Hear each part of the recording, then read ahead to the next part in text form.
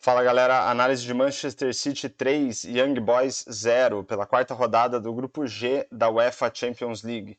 E antes de começar a análise, fica meu pedido para você se inscrever no canal, deixar um like e compartilhar esse vídeo para o YouTube divulgar mais esta análise. A gente está quase chegando aí nos primeiros 100 inscritos do canal, então eu reforço aí o pedido para você me ajudar a bater esse número o mais rápido possível. Então vamos lá, começando pelo comportamento das equipes em campo, a gente vê o Manchester City aqui com 71% de posse de bola contra 29% do Young Boys, um número bem alto para o Manchester City como mandante, bem baixo para o Young Boys como visitante.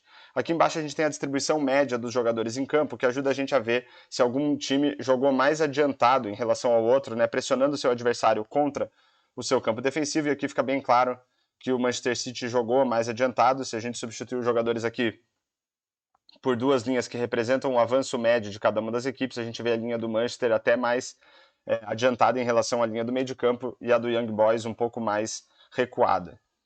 Além disso, a gente pode olhar para a concentração de jogadas em campo. A gente vai ver que 14% delas ocorreram no campo de defesa do Manchester City, 45% no meio de campo e 41% no campo de ataque do Manchester City, né, de defesa do Young Boys. E se a gente quebrar esses números entre as equipes, a gente vai ver que o Manchester City dominou o meio de campo, né, com 32% do total de jogadas da partida contra 13% do Young Boys, e o Manchester City também conseguiu construir mais no seu campo de ataque, né? 22% do total de jogadas da partida foram do Manchester City no seu campo de ataque e apenas 3% do total de jogadas da partida foram do Young Boys no seu campo ofensivo.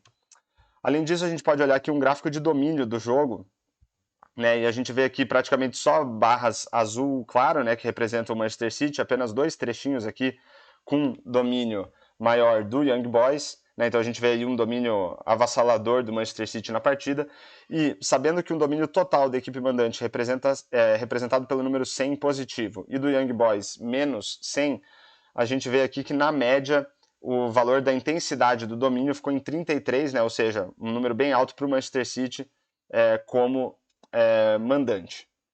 Agora aqui do lado direito a gente vai olhar para algumas estatísticas que vão ajudar a gente a entender o que as equipes conseguiram produzir em termos de criação e de finalizações. Então, começando pela expectativa de assistências, essa é uma estatística que mede a capacidade que as equipes tiveram de colocar os seus jogadores em condição de marcar gols. Esse valor fica em 2,91 para o Manchester City, um número bem alto para uma equipe mandante, e apenas 0,03 para o Young Boys, um número bem baixo para uma equipe visitante. Olhando para finalizações, foram 27 pelo lado do Manchester City contra nenhuma do Young Boys, então é um domínio total do Manchester City em termos de finalizações, né? Um número bem alto para uma equipe mandante, mas só olhar para a quantidade de finalizações não diz muito para a gente sobre a qualidade das oportunidades criadas, nem das finalizações propriamente ditas. Então, para isso, a gente vai olhar para a expectativa de gols e para a expectativa de gols pós-chute, que ajudam a gente a estimar o número de gols que uma equipe deveria ter marcado com base na qualidade das oportunidades, e a gente está falando de expectativa de gols, e quando a gente considera também a qualidade das finalizações, a gente está olhando para a expectativa de gols pós-chute. Então, com base nas oportunidades criadas, a expectativa era que o Manchester City tivesse marcado aí 3 gols e meio, né, 3,5 gols, e o Young Boys, obviamente, 0, né, porque não teve nenhuma finalização no jogo. Quando a gente considera também a qualidade das finalizações, esse número sobe um pouquinho para o Manchester City para 3,54, e obviamente o do Young Boys se mantém em 0. O Manchester City aí com números bem altos para essas duas estatísticas. Quando a gente compara a estatística, né, faz a diferença entre a expectativa de gols pós-chute e a expectativa de gols, a gente vai ter uma ideia do desempenho da equipe em termos de finalização. A gente vê aqui que esse valor é de 0,04 para o Manchester City e 0, obviamente, para o Young Boys. Então esse valor de 0,04 para o City mostra aí um desempenho neutro dos atacantes nas finalizações. Eles não adicionaram mais expectativa de gols para o seu time com base na qualidade das finalizações, né? Mas de qualquer forma a expectativa de gols já estava muito alta. E quando a gente compara a expectativa de gols pós-chute com o número de gols efetivamente marcados, a gente vai ter uma ideia do desempenho dos goleiros na partida. Então a expectativa era que o Manchester City marcasse 3,54 gols e marcou 3. Essa diferença de menos 0,54 mostra um desempenho relativamente ruim do goleiro do Young Boys, que tomou um pouco de gols a mais do que o esperado.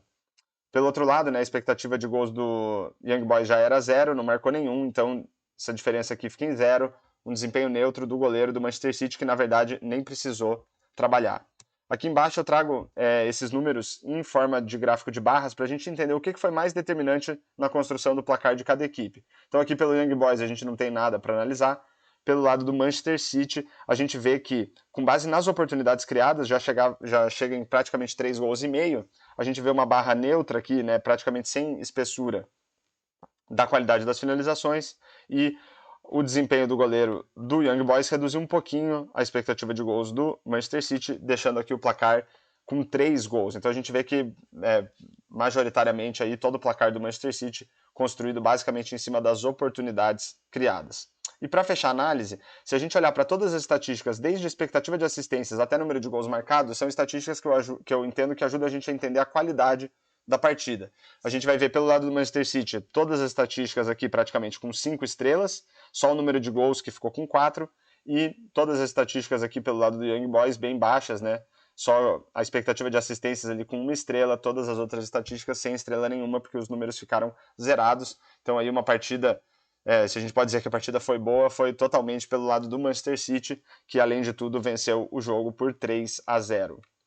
Então, fechamos aí mais uma análise de Manchester City 3 e Young Boys 0. Espero que vocês tenham gostado e fica aí meu pedido para você se inscrever no canal, deixar um comentário, um like e compartilhar esse vídeo para o YouTube divulgar mais esta análise. E falou!